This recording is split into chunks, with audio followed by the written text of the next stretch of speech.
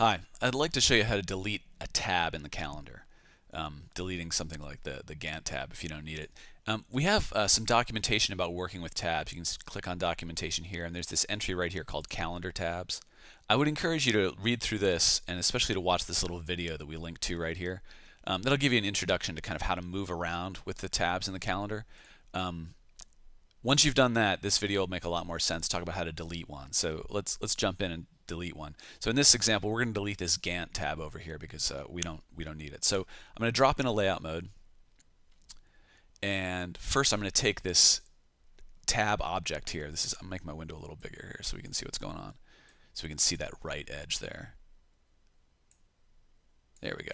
So I'm going to take this and I'm just going to move it up and out of the way. I'm holding down the shift key so that it moves straight up. And that reveals the tab control, the actual tab control below it. You can see I can click on day, week, and month.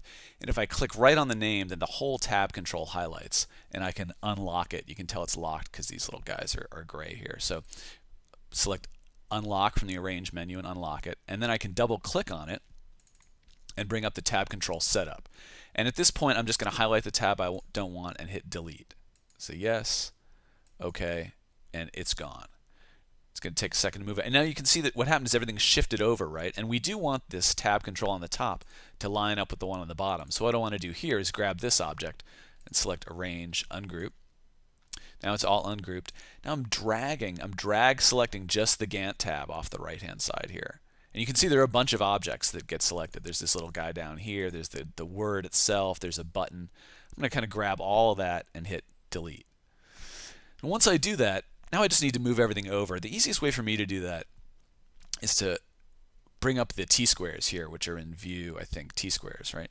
And so I like to bring up the T-squares and move this over so that we can kind of get it right on the edge of the grid there, right? And now I'm just going to grab this tab here and shorten it to my T-square.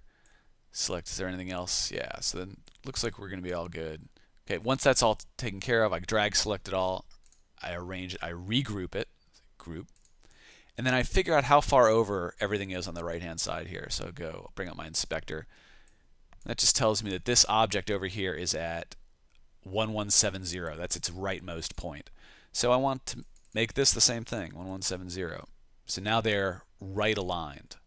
And then I can just kind of drag this little guy down, holding down the shift key, until it's in the right spot. And the way I remember the right spot is that if I see this double line here, it's a little too low. I nudge it up 1 point so that it get a nice black line here. And you can see that kind of day, week, and month, the actual tab names kind of act as drop shadows for the tab names that are here.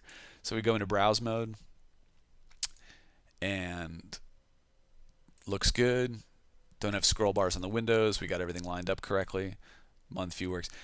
We're all set. So that's how we do it. We do have to do it on more than one layout though, because we have this no sidebar version that still has the Gantt chart. So you have to do the tabs twice, right? So we would do the same thing on this layout. But that's pretty much all there is to it. Thanks a lot.